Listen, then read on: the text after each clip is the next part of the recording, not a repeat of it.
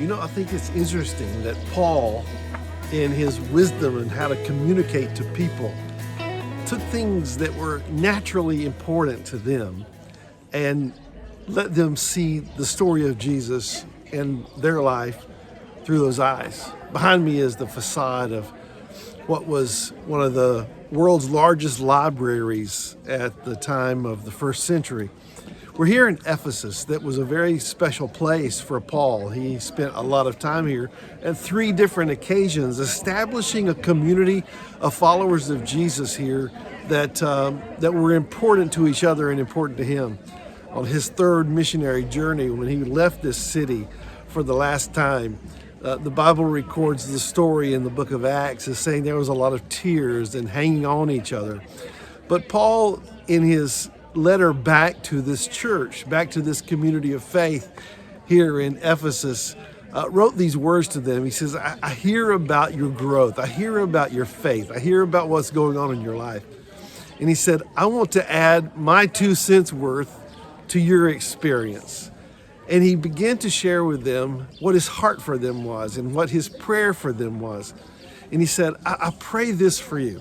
I pray that in your life, you would come to this fullness of the knowledge of the will of God, that you would be filled with wisdom and spiritual revelation and the knowledge of who Jesus is, that you would have this personal relationship with him. And not only you'd be filled with the knowledge of who Jesus is, but that the eyes of your understanding would be enlightened so that what you see and know about life would have a certain amount of glow to it, that you would see the hope of what God has called you to and what God has called you for, that there is a divine purpose for your life, and you would see the end result of that. You would have a vision, a revelation of what your life is meant to be in the life of others.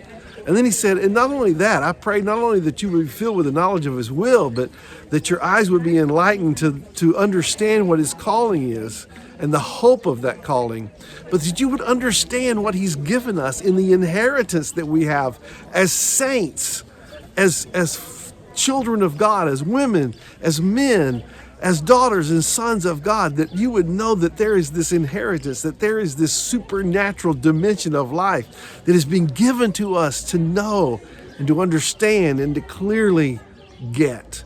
And then he went on to say, and I pray that you would know the power that raised Jesus from the dead by your trusting in him, by your faith. I think back to how I feel about you and the people that I'm going to interact with on this platform. And I think that I would like for that to be the same. I pray that in our time together and you following with me and us journeying together during this process of spiritually growing our life in the way of Jesus, I pray that this would be what happens to us, that we would come to know Jesus more clearly and more dearly than ever, that we would see that there is a divine purpose to our life, that we would know that God has given us more than enough to accomplish life abundantly, and that we would know beyond knowing that Jesus is raised from the dead, and the same power that raised him from the dead can raise us from death to life, from darkness to light, and from inadequacy to more than adequate, being more than a conqueror. I'm Phil Underwood, and I hope that you'll journey with me throughout the world of the Spirit of God and what he wants to do with us. Today, we're at Ephesus.